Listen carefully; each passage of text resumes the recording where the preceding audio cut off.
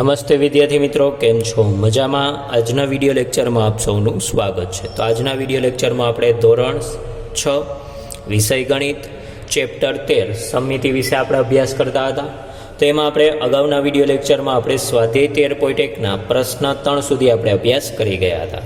તો આજના વિડીયો લેક્ચરમાં આપણે સ્વાધ્યાય 13.1ના પ્રશ્ન 4નો અભ્યાસ કરીશું. તો જોઈએ વિદ્યાર્થી મિત્રો, સ્વાધ્યાય 13.1નો પ્રશ્ન નંબર 4.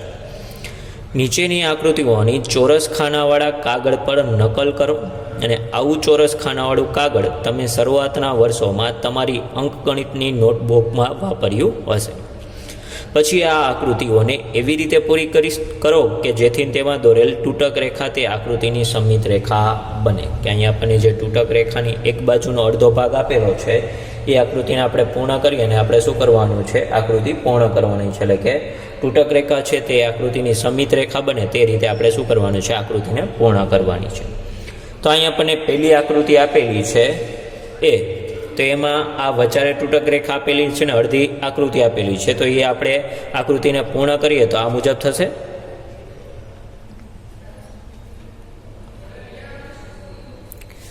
કે આ રીતે આપણે દોરીએ તો આકૃતિ પૂર્ણ થશે અને જે તૂટક રેખા આપેલી છે એ શું થશે, એની સમિતિની રેખા થશે. બરાબર. તો આ રીતે આપણે આકૃતિ દોરીએ તો આ શું થઈ ગઈ, આકૃતિ પૂર્ણ કરી કે જેમાં દોરેલી તૂટક રેખા છે એ શું થશે, આકૃતિની સમિતિની રેખા થશે. ત્યારબાદ બી આકૃતિ જોઈએ. તો બી આકૃતિ આ રીતે આપણને અડધી આપેલી છે ને તૂટક રેખા આપેલી છે. તો હવે તૂટક રેખાની બીજી બાજુ આપણે આકૃતિ પૂર્ણ કરીએ કે જેના દ્વારા તૂટક રેખા શું થાય, એની સમિતિની રેખા થાય.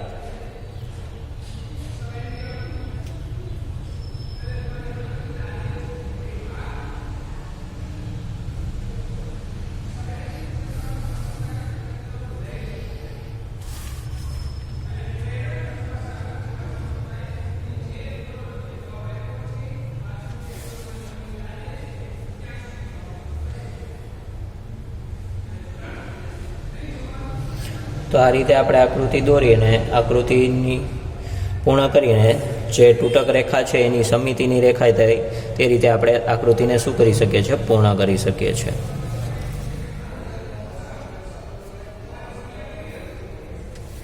તો આ રીતે આકૃતિ દોરીને આપણે આકૃતિ પૂર્ણ કરીએ તો આ જે તૂટક રેખા છે એ તૂટક રેખા શું થશે, આપેલ આકૃતિની સમિતિની રેખા થશે.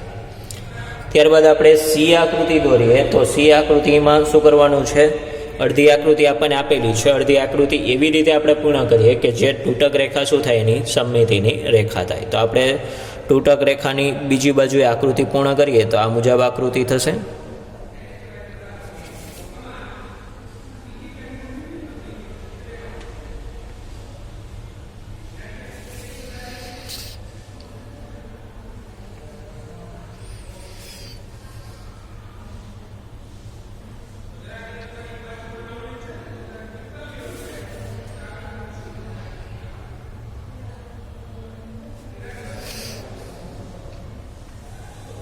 તો આ રીતે આપણે આકૃતિ પૂર્ણ કરી અને આપણે શું કરી શકીએ છીએ, જે તૂટક રેખા આપેલી છે એ તૂટક રેખા શું થશે, આપેલ આકૃતિની સમિતિની રેખા થશે. તો આ રીતે આપણે આકૃતિ પૂર્ણ કરીએ તો આ રીતની આકૃતિ પૂર્ણ થતાં જે તૂટક રેખા આપણને દર્શાવેલી છે એ તૂટક રેખા શું થશે, આપેલ આકૃતિની સમિતિની રેખા થશે.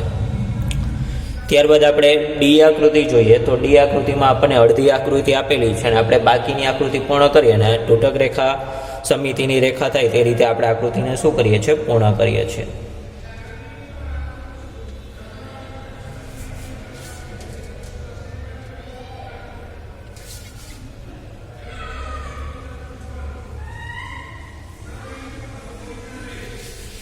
તો આ રીતે આપણે આકૃતિ પૂર્ણ કરીશું તો આ રીતની આકૃતિ બનશે અને જે તૂટક રેખા છે એ તૂટક રેખા શું થશે, આપેલ આકૃતિની સમિતિની રેખા થશે કે જેના દ્વારા આપણે આકૃતિનું શું કરી શકીએ છીએ, બે સરખા ભાગમાં વિભાજન કરી શકીએ છીએ. ત્યારબાદ આપણે ઈ આકૃતિ જોઈએ. તો ઈ આકૃતિમાં આપણે અડધી રેખા આપેલી છે અને તૂટક રેખાની બીજી બાજુ આપણે આકૃતિ દોરીએ કે જેના દ્વારા તૂટક રેખા શું થાય, એની સમિતિની રેખા થાય તે રીતે આપણે આકૃતિને શું કરીએ છીએ, પૂર્ણ કરીએ છીએ. તો આ રીતે આકૃતિ થશે તૈયાર કે જેના દ્વારા આકૃતિનું શું થાય છે, બે સરખા ભાગમાં વિભાજન થાય છે.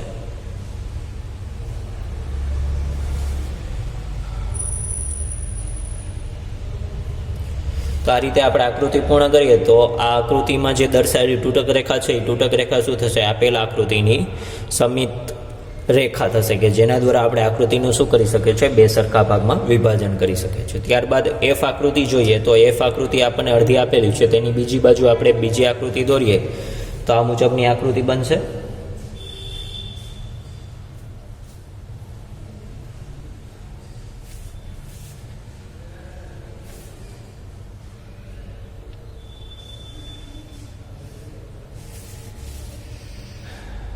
કે જેના દ્વારા આપણે આકૃતિને શું કરી શકીએ? બે સરખા ભાગમાં વિભાજન કરી શકીએ. તેવી આપણે રેખાની બીજી બાજુએ આપણે આકૃતિ દોરી અને આપણે શું કરી શકીએ છીએ? એનું સમિત રેખા છે એ રીતે આપણે દર્શાવી શકીએ છીએ.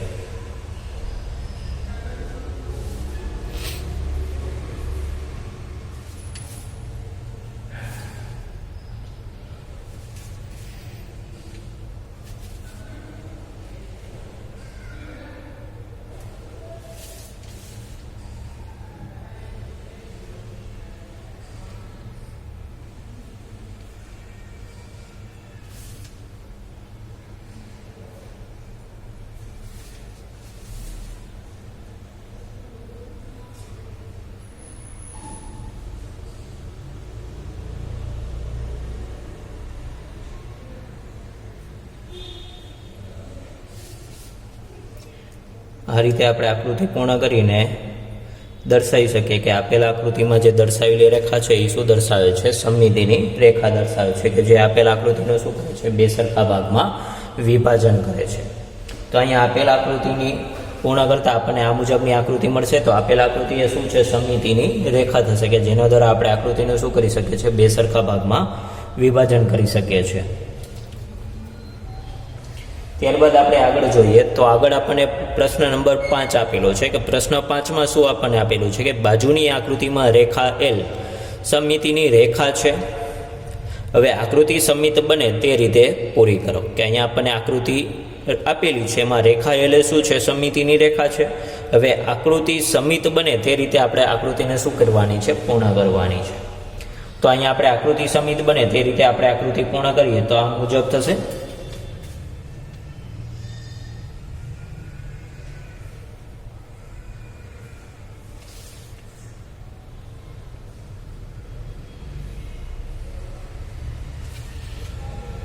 કરો તો આ રીતે આકૃતિ પૂર્ણ કરતા આપેલ આકૃતિ કેવી થશે? સમમિત આકૃતિ થશે કે અને આ જે રેખા એલ છે એ શું થશે? સમમિત રેખા થશે કે જેના દ્વારા આપણે આકૃતિનું શું કરી શકીએ છીએ? બે સરખા ભાગમાં વિભાજન કરી શકીએ છીએ.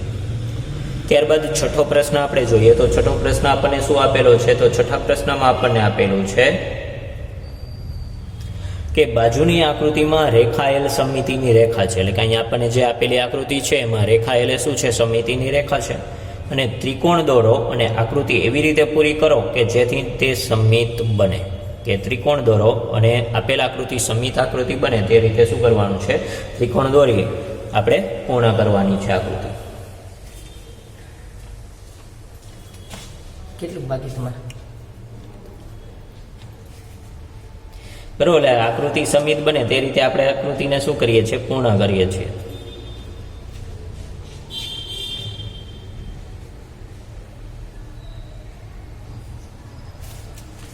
બરોબર. કે ત્રિકોણ એવો દોરીએ કે જેના દ્વારા આકૃતિ સમમિત આકૃતિ બને અને તેનું બે સરખા ભાગમાં આપણે શું કરી શકીએ? વિભાજન કરી શકીએ.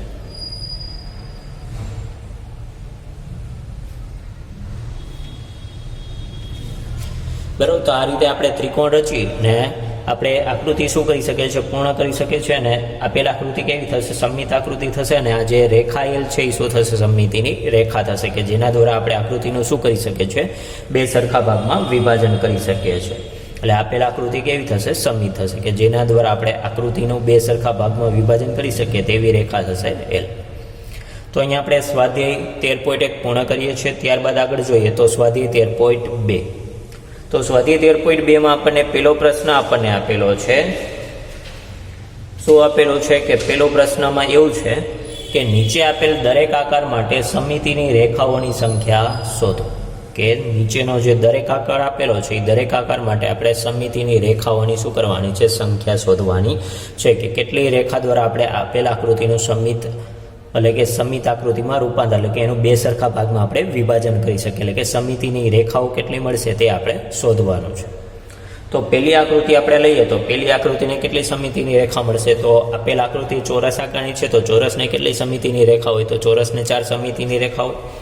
તો આપણે એનું 4 સરખા ભાગમાં વિભાજન કરી શકીએ કે 4 સમિતિની આ રેખા આપણે દોરી શકીએ.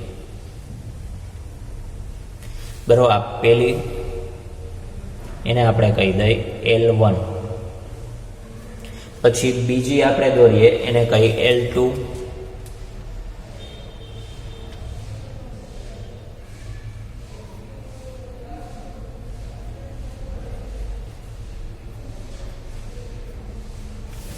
તો આ બીજી જે રેખા દોરી એને કહી દઈએ આપણે L2, કે જે શું થશે? સમિતિની રેખા દ્વારા, કે જેના દ્વારા આપણે આકૃતિનું શું કરી શકીએ છીએ? બે સરખા ભાગમાં વિભાજન કરી શકીએ.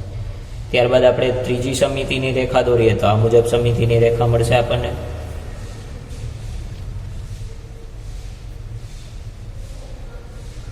બરાબર, તો આ થશે સમિતિની રેખા L3, કે જેના દ્વારા આપણે આકૃતિનું શું કરી શકીએ છીએ? સરખા ભાગમાં વિભાજન કરી શકીએ છીએ. ત્યારબાદ આપણે દોરીએ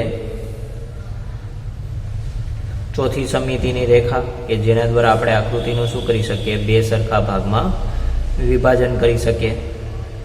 તો આ જે ચોથી રેખા થશે L4, કે આમ આપેલ જે આકૃતિ છે એને કેટલી સમિતિની રેખા મળશે? તો આપેલ આકૃતિને 4 સમિતિની રેખા મળશે, કે જેને આપણે શેના વડે દર્શાવેલ છે? તો L1, L2, L3 અને L4 વડે આપણે દર્શાવેલ છે. એટલે કે અહીં આપણે લખીએ કે એ કરીને આકૃતિને 4 સમિતિની રેખાઓ છે, કે આપેલ આકૃતિને 4 સમિતિની રેખાઓ છે, જે L1, L2 અને L3, L4 વડે દર્શાવેલ છે. કે આપેલ આકૃતિને કેટલી સમિતિની રેખા છે? તો આપેલ આકૃતિને 4 સમિતિની રેખાઓ છે, કે જે L1, L2, L3 અને L4 વડે દર્શાવેલ છે. ત્યારબાદ બીજી આકૃતિ જોઈએ તો બીજી આકૃતિ પણ આપણને ચોરસ જેવી જોવા મળે છે. તો એને પણ સમિતિની રેખા કેટલી થશે? 4 સમિતિની રેખા મળશે. તો આપણે 4 સમિતિની રેખા અહીંયા આપણે દોરીએ.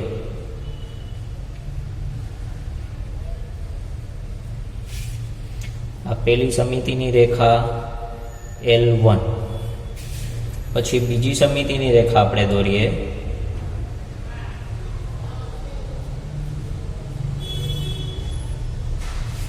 એટલે આ થશે બીજી સમિતિની રેખા L2. ત્યારબાદ ત્રીજી સમિતિની રેખા દોરીએ એટલે આમ આવશે ત્રીજી સમિતિની રેખા.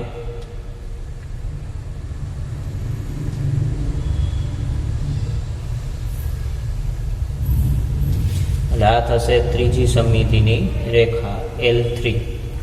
અને ચોથી સમિતિની રેખા દોરીએ એટલે આ મુજબ થશે.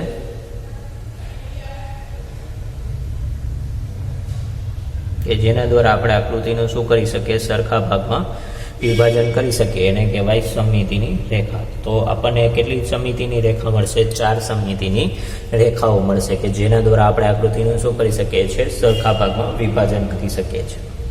તો અહીંયા આપણે લખીએ બીનું કે આપેલ આકૃતિને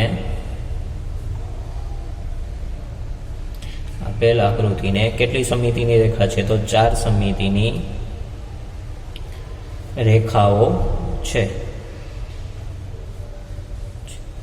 જે L1, L2, L3 અને L4 વડે દર્શાવેલ છે. કે આપેલ આકૃતિને કેટલી સમિતિની રેખાઓ છે? તો આપેલ આકૃતિને 4 સમિતિની રેખાઓ છે, જે L1, L2, L3 અને L4 વડે દર્શાવેલ છે. ત્યારબાદ આપણે આગળ લઈએ તો સી આકૃતિ જોઈએ તો સી આકૃતિમાં પણ આપણને 4 સમિતિની રેખા મળશે, કે જેના દ્વારા આપણે આકૃતિનું શું કરી શકીએ છીએ? સરખા ભાગમાં વિભાજન કરી શકીએ છીએ. તો પહેલી સમિતિની રેખા થશે આમ.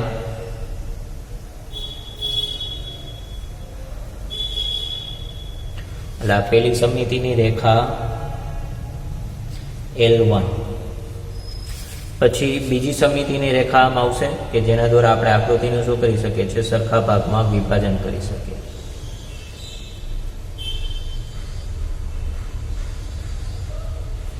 એટલે આ થશે બીજી સમિતિની રેખા કે જે L2 વડે આપણે દર્શાવીએ છીએ. ત્યારબાદ ત્રીજી સમિતિની રેખા દોરીએ તો આમ આપણને મળશે.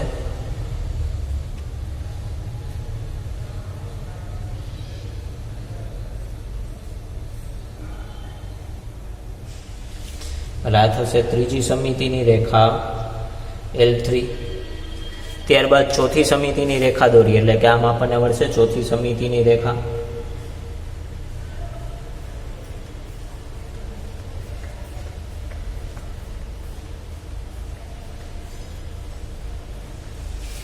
તો આ ચોથી સમિતિની રેખા મળશે કે જેના દ્વારા આપણે આકૃતિનું શું કરી શકીએ છીએ, ચાર સરખા ભાગમાં વિભાજન કરી શકીએ છીએ. તો આપેલ આકૃતિને કેટલી સમિતિની રેખા થશે, તો આપેલ આકૃતિને ચાર સમિતિની રેખાઓ થશે. એટલે કે અહીં આપણે લખીએ આપેલ આકૃતિને ચાર સમિતિની રેખાઓ છે જે L1, L2, L3 અને L4 વડે દર્શાવેલ છે. કે આપેલ આકૃતિને કેટલી સમિતિની રેખા છે, તો આપેલ આકૃતિને ચાર સમિતિની રેખા છે જે L1, L2, L3 અને L4 વડે દર્શાવેલ છે. તો અહીંયા આપણે સ્વાધ્યાય 13.2 ના પ્રશ્ન 1ની પહેલી 3 આકૃતિનો આપણે અભ્યાસ કર્યો. આવતા વિડીયો લેક્ચરમાં આપણે આગળની આકૃતિનો અભ્યાસ કરીશું. તો ત્યાં સુધી દરેક વિદ્યાર્થી મિત્રને જય હિન્દ, જય ભારત.